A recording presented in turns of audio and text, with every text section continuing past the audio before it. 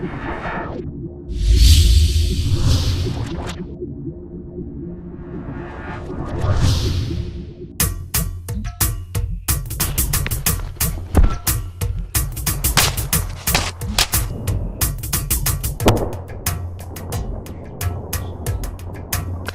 the body to the side, zone. Hook in, hook the throat. Control all your joints. Perineum, there's a femoral artery, and there's a throat. This is already a takedown.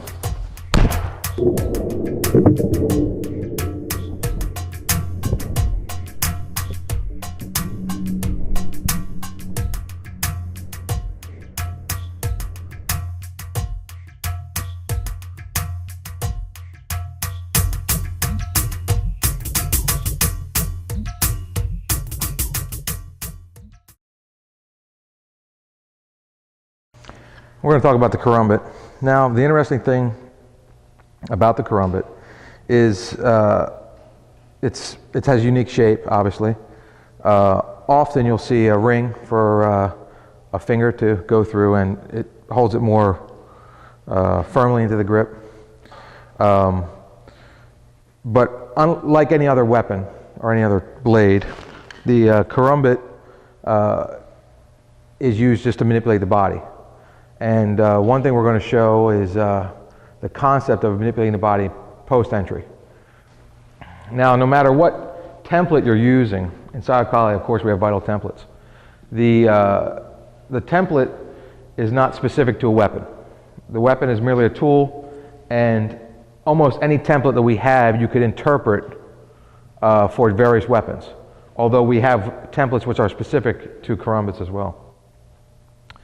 But the idea is also that rather than looking just at your vital areas, you also have control areas, which are all your joints. And the karambit is a very good tool for manipulating the body by entering joints and then spinning the body with it. Everywhere that you hook in all the joints, elbow, hip, knee, jawline, shoulder, all these points are excellent points for controlling the body. Spinning the body, turning the polar axis, folding the body, folding each joint.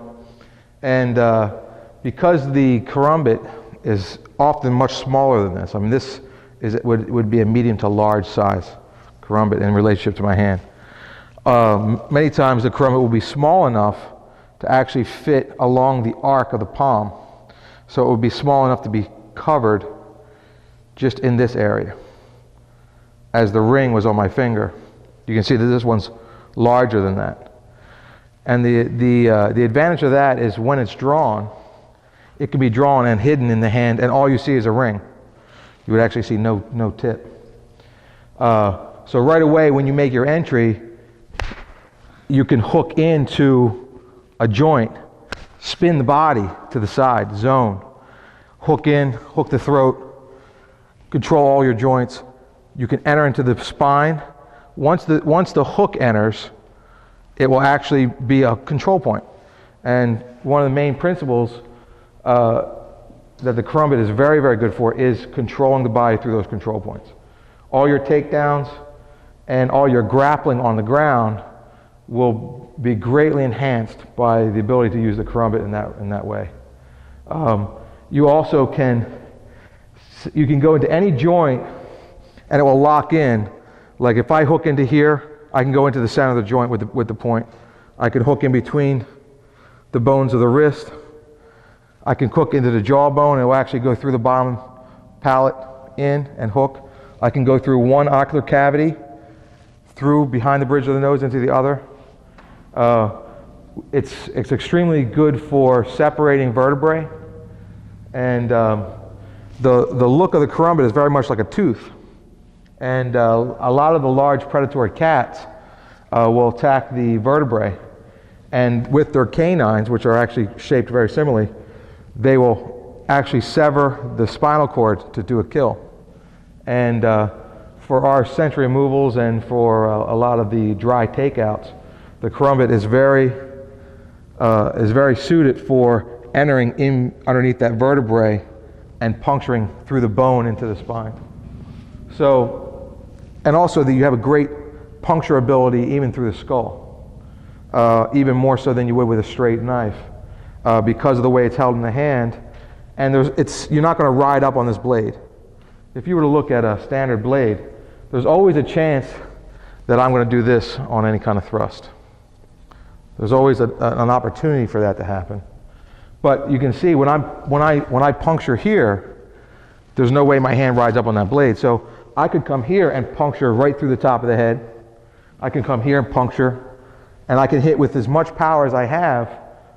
There's no chance of me riding up on my blade.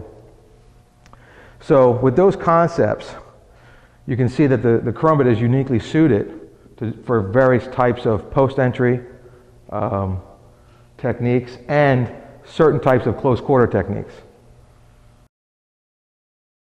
So what I'd like to talk about right now is the characteristics of various Karambits. Okay, this is about a medium-sized Karambit. They come smaller as far as farm implements would be. It would come very small. Okay, as far as more covert, more easily hidden Karambits would be, more hidden inside the clothing and in the palm of your hand. I like this size Karambit because it is a generic size Karambit. You can generalize this Karambit to larger and smaller Karambits, and it's easier to work with because of its size. Basic things I like to make understood about a Karambit is that it is not a dueling weapon. Okay, you can't really block with a Karambit. You can't duel or fence with a Karambit. Okay, the strength of a Karambit is its stealth, its speed, its stealth, and its maneuverability. Okay, and its ability to move into tight spaces and exit out where a lot of other blades can't or would get stuck in the process of doing.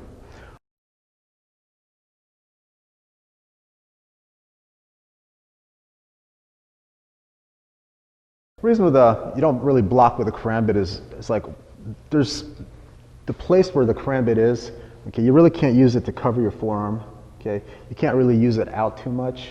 Okay, unless it's a fairly large Karambit in order to block anything. I mean, it's a curved blade, so it's hard to, to block or to cover yourself with. That's one of the major reasons we don't use it for a blocking instrument. All right. Also, it's hard to use it as far as looking for a flat spot on the blade to use it for an augmented or power assist. It's very difficult to pull that off. Okay. You can do it with your arm, but now you're going to rely on the strength of your wrist. Okay, so you really haven't gained a whole lot of advantage with that. Plus, being a very small blade in nature, there's really no reason for that.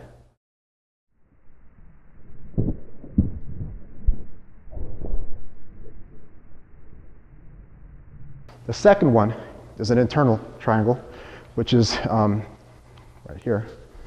Okay, it's a left, right, and up. Okay, it could be left, right, and down. Okay. The reason we use this pattern is if you run into something, and we'll demonstrate this later, if a Karambit runs into something, it's going to bite in. All right, but by the sheer fact that it's like a key, you can wind the Karambit, and it's got a lot of torque and a lot of leverage. Okay, so if it hits something, you just pop it out and go the other way. Okay, right there. Okay, now you can do that both ways. Here. Okay, now once you go over, left and right, you can go up or down. Right? So the movement is very quick.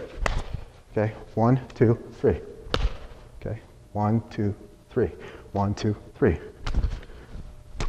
Okay, very quick. Okay, and he'll leave a big gaping wound. So the movements for that, okay, would be if I was to parry, up.